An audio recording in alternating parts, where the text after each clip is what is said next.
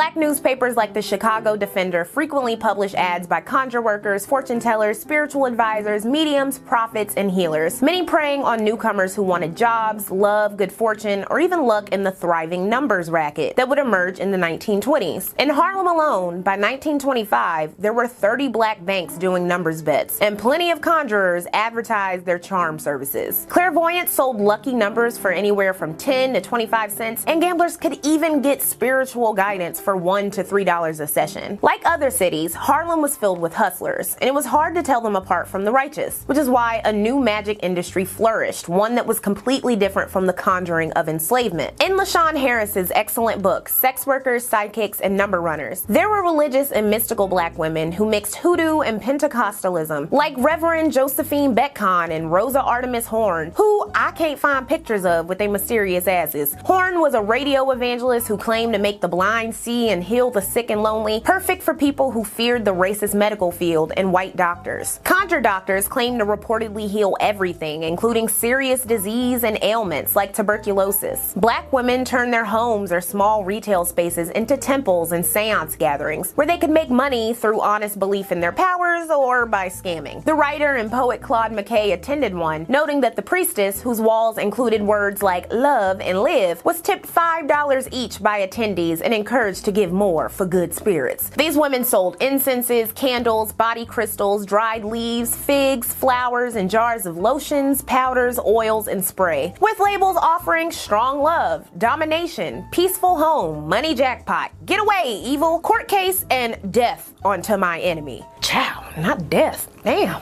Reverend VDS Armistead, founder of the First Holy Star Psychic Science Church, which totally sounds made up because it is, sold prosperity oil for 10 cents to $1 a bottle. And I don't have a picture of her either, so you gotta imagine what she looked like. Some, like Dorothy Madame Fu Futtam Matthews, a Jamaican-born Chinese and black woman who owned a candle shop, sold dream books. She evoked the mammy stereotype on the book's cover, harkening back to old Aunt Dinah. On January 19, 1938, the numbers queen of Harlem, Stephanie St. Clair, shot her husband Sufi Abdul Hamid. He was a prominent black anti-Semite, cult leader, and pro-black capitalist. She alleged he cheated on her with a conjure woman from Jamaica. That woman was Madame Fu Futtam, who married Hamid 3 months later. He mysteriously died in a plane crash just 4 months after that in August, leaving Futtam with all of his money. They had opened the Universal Holy Temple of Tranquility and utilized Asian mysticism and Buddhism, but under Futtam, who claimed Hamid would come back from the dead in 60 days, the cult ended. As Harris pointed out, this was part of a larger trend of black supernatural consultants adopting Asian motifs to appear exotic and more powerful, and also for respect from white people. Because New York was full of immigrants, others utilized their Caribbean roots to incorporate elements of voodoo, even if they had no power or idea what they were doing. But not everybody was putting on an act. In 1931's Hoodoo in America, Zora Neale Hurston, who studied voodoo in the Caribbean and was one of the few prominent academics defending magic, wrote one becomes a hoodoo doctor in one of 3 ways: by heredity, by serving an apprenticeship under an established practitioner, or by the call. The most influential doctors seemed to be born to the cult, but the money called to the fakers. The New York Amsterdam News reported on a bunch of scam artists, but many were experts at convincing their marks that they just hadn't done the right spell work or applied their oil correctly. By the time Madame Fu Futtam was taking over as the leader of the soon-to-be closed temple in her husband's estate, New York was seeking to crack down on the magic industry, which was crucial to Harlem's informal economy in the midst of the Great Depression. People were desperate. In 1937, CBS produced a film on Harlem alleging that nearly 1/3 of Harlem's Negroes have become voodoo worshippers. It claimed that voodoo racketeers weren't deterred by those seeking to root them out. Harlem Mystics adopt a new strategy: masquerade as Christian clergymen, and the backrooms in Harlem continues in all its primitive savagery and superstition, the witchcraft of the African Congo. Harlem's 300,000 Negroes are deeply religious,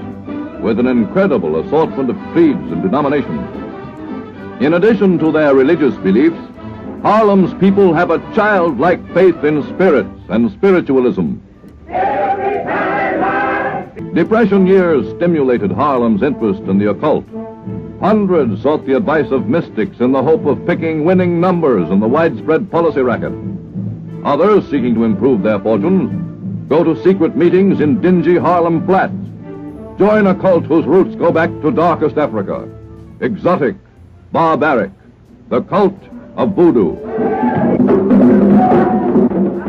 So in addition to falsely reporting on what voodoo actually is, that documentary pissed off black New Yorkers like clergy leaders and the NAACP. Adam Clayton Powell Sr. denounced supernatural believers and practitioners, and cops increasingly began charging conjurers with illegally practicing medicine without a license. The Food, Drugs, and Cosmetics Act of 1938 led to more arrests. Fortune-telling could earn a person a disorderly conduct charge, and by the mid-1930s, by the way, at least 19 American cities had laws prohibiting fortune-telling, which became a misdemeanor in New York, subject to a $500 fine or 90 days in jail in 1967.